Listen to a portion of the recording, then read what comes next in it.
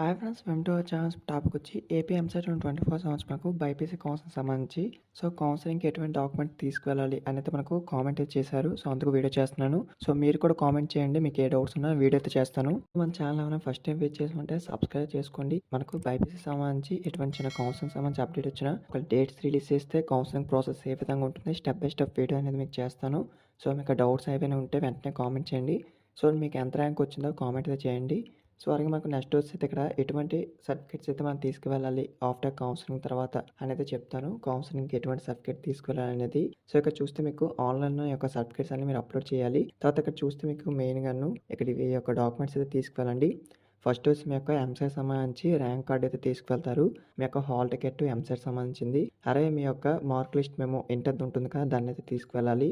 ఇక్కడ చెప్పినవన్నీ కూడా ఒరిజినల్ జెరాక్స్ రెండు కూడా ఒక 2 సెట్ జెరాక్స్ అయితే తీసుకోండి. తర్వాత ఇక్కడ నెక్స్ట్ వచ్చి మీ యొక్క date of birth SSC mark list మేము ఉంటుంది, అది కూడా తీసుకువెళ్ళండి. నెక్స్ట్ వచ్చి మీ యొక్క ఇంటర్ సంబంధించి ట్రాన్స్ఫర్ సర్టిఫికేట్ అయితే తీసుకువెళ్తారు. తర్వాత మీ యొక్క స్టడీ సర్టిఫికేట్ అనేది ఇక్కడ 6th to ఇంటర్మీడియట్ వరకు ఉండే స్టడీ సర్టిఫికేట్ అయితే తీసుకువెళ్లాల్సి ఉంటుంది. ఒకవేళ మీకు ఓన్లీ ఇంటర్ సర్టిఫికేట్ ఉందంటే తీసుకువెళ్ళండి, ఒకవేళ 10th లేదంటే ఏం అక్కర్లేదు. తర్వాత నెక్స్ట్ చూసుకుంటే ఈడబ్ల్యూఎస్ సర్టిఫికేట్ అయితే ఉంటుంది ఓసీ క్యాస్ట్ వాళ్ళకి, వాళ్ళైతే తీసుకువెళ్లాల్సి ఉంటుంది. తర్వాత రెసిడెన్సీ సర్టిఫికేట్ అయితే తీసుకువెళ్ళాలి. తర్వాత ఇక్కడ మనకు అదే ఇచ్చారు, ఆంధ్రప్రదేశ్ రెసిడెన్సీ సర్టిఫికేట్ అయితే ఉంటుంది. అదైతే తీసుకువెళ్ళాలి. లోకల్ అండ్ నాన్ లోకల్ అని అయితే ఉంటారు కదా, వాళ్ళు వచ్చేసి. తర్వాత నెక్స్ట్ వచ్చి మనకి ఇక్కడ ఇంకోటి అయితే ఇచ్చారు చూడండి.